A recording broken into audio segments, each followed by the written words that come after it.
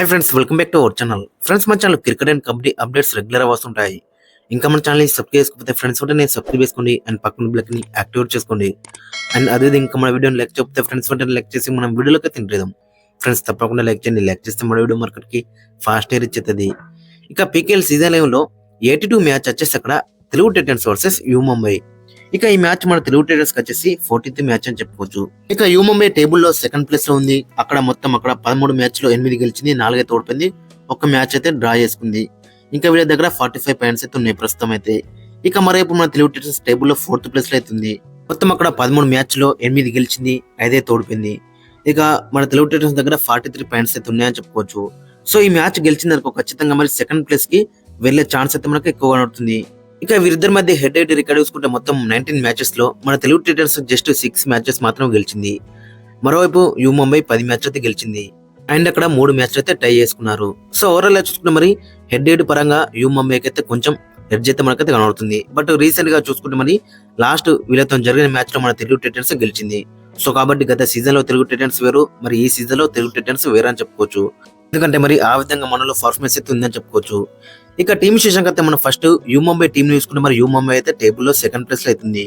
So కాబట్టి వీళ్ళతో కొంచెం అయితే మనలో అయితే జాగ్రత్త అయితే ఉండాలి. ముఖ్యంగా మంజిత్ కూడా ఫామ్ లోకి వచ్చిండు. ఇంకా అక్కడ మనం చూసుకుంటే అజిత్ చౌహాన్ ఇతను కూడా మరి ప్రతి మ్యాచ్ లో కూడా మంచిగా రాణిస్తున్నాడు. ఇంకా డిఫెన్స్ లో చూసుకుంటే అక్కడ సునీల్ కుమార్ వాళ్ళ కెప్టెన్ మంచిగా రాణిస్తున్నాడు. పర్వేస్ బ్యాన్స్ కూడా ఫామ్ లోకి వచ్చిండు. ఇంకా సోమీర్ గానీ అక్కడ రింకు అని కార్నర్స్ లో ఇద్దరు కూడా చాలా బెటర్ రాణిస్తున్నారు. కవర్స్ లో ఇద్దరు అక్కడ సునీల్ అండ్ పర్వేస్. ఇక కార్నర్స్ లో అక్కడ మనం చూసుకుంటే రింకు అండ్ సోమీరు. మొత్తం అక్కడ చాలా డిఫెన్స్ మాత్రం చాలా డెడ్లీగా మనకైతే కనబడుతుంది. ఇక రైడింగ్ డిపార్ట్మెంట్ లో కూడా అక్కడ మంజిత్ గానీ అజిత్ చౌహాన్ గానీ ఇక జాఫర్ ధనేష్ గానీ రైడింగ్ లో కూడా చాలా బెటర్ అయితే కనబడుతుంది. ఇక ఫైనల్ గా వీళ్ళకి స్టార్టింగ్ సెవెన్ అక్కడ మనం చూసుకుంటే మంజిత్, జాఫర్ ధనేష్, అజిత్ చౌహాన్, రింకు, సునీల్ కుమార్, పర్వేస్ బైన్స్వాల్, సోమీరు. సో ఓవరాల్ స్టార్టింగ్ సెవెన్ మాత్రం చాలా బెటర్ అయితే కనబడుతుంది. ఇక మరోవైపు మన తెలుగు టైటన్స్ లో చూసుకుంటే మన తెలుగు టైటన్స్ అయితే లాస్ట్ మ్యాచ్ ఓడిపోయి వస్తుంది. ఇక మరి రైడింగ్ డిపార్ట్మెంట్ లో అక్కడ చూసుకుంటే విజయ్ మలిక్ ఒక్కడ మంచి కన్సిస్టెంట్ గా రాణిస్తున్నాడు. ఇక మరోవైపు ఆశిష్ నర్వాల్ కన్సిస్టెంట్ గా రాణిస్తలేడు. ఒక మ్యాచ్ మంచిగా రాణిస్తే మరో మ్యాచ్ లో 2 మచ్ డిసప్పాయింట్ చేస్తున్నాడు. ఇక డిఫెన్స్ లో అక్కడ మనం చూసుకుంటే మరి అందరి దగ్గర నుంచి కలిసి కట్టగా మరి పాయింట్స్ అయితే మనకైతే కనబడతలేవు. ఒక మ్యాచ్ లో అజిత్ పవర్ మంచి రాణిస్తున్నాడు, ఒక మ్యాచ్ లో సాగర్ మంచి రాణిస్తున్నాడు, ఇంకో మ్యాచ్ లో అంకిత్ జగ్లాన్ మంచి రాణిస్తున్నాడు, ఇంకొక మ్యాచ్ లో అక్కడ శంకర్ గదే మంచి రాణిస్తున్నాడు. బట్ అందరి దగ్గర నుంచి కలిసి కట్టుగా అయితే పర్ఫార్మెన్స్ అయితే మనకైతే కనబడతలేదు. అక్కడ మన తెలుగు టైటన్స్ మరి టేబుల్లో 4th ప్లేస్ లో ఉన్నా కానీ మనకి కొన్ని ప్రాబ్లమ్స్ అయితే ఖచ్చితంగా కనబడుతున్నాయి. మరి రైడింగ్ డిపార్ట్మెంట్ లో ప్రాబ్లమ్స్ ఉన్నాయి అండ్ డిఫెన్స్ లో కూడా మరి ప్రాబ్లమ్స్ అయితే ఉన్నాయి. సో ఓవరాల్ చూసుకుంటే మరి ఈ మ్యాచ్ లో మరి ఏ విధంగా మనలో కంబ్యాక్ చేస్తారనేది ఇంట్రెస్టింగ్ కనబడుతుంది. ఇక లాస్ట్ మ్యాచ్ లో మనం చూసుకుంటే అక్కడ గుజరాత్ జెయింట్స్ కి ఎగనెస్ట్ గా చాలా డిసప్పాయింట్ చేసిండు. అక్కడ విజయ్ మలిక్ ఒక్కడే ఉంటారు పోరాటం అయితే చేసిండు. అక్కడ 15 పాయింట్లు అయితే తీసుకొచ్చిండు అక్కడ విజయ్ మలిక్. ఇక ఆశిష్ నార్వాల్ కూడా చాలా డిసప్పాయింట్ చేసిండు.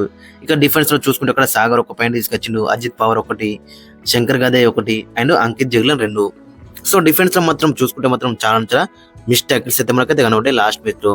మన డిఫెండర్స్ ఏ విధంగా కంబ్యాక్ చేస్తారనేది చాలా ఇంట్రెస్టింగ్ కనబడుతుంది. ఇక ఈ మ్యాచ్ లో మరి ఒకటి కీలక మార్పు చేసే అవకాశం అయితే మనకు కనిపిస్తుంది.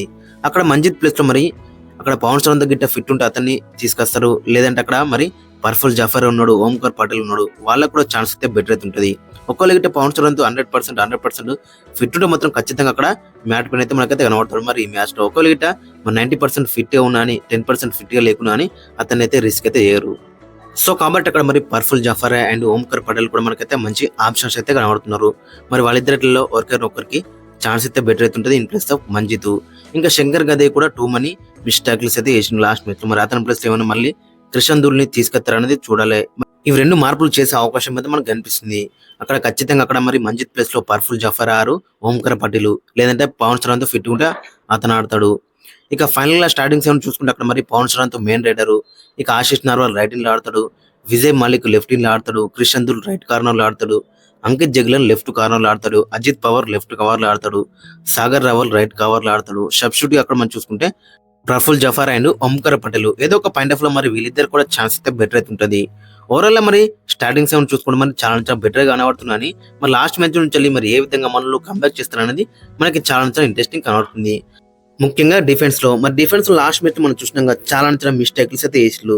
సో కాబట్టి మన డిఫెన్స్ ఏ విధంగా రాణిస్తారు అక్కడ సాగర్, అజిత్ పవర్, ఇక కార్నర్స్ లో మనం చూసుకుంటే అంకిత్ అండ్ శంకర్ గదే. మరి వీళ్ళు ఏ విధంగా కంబ్యాక్ చేస్తారనేది చాలా ఇంట్రెస్టింగ్ కనబడుతుంది.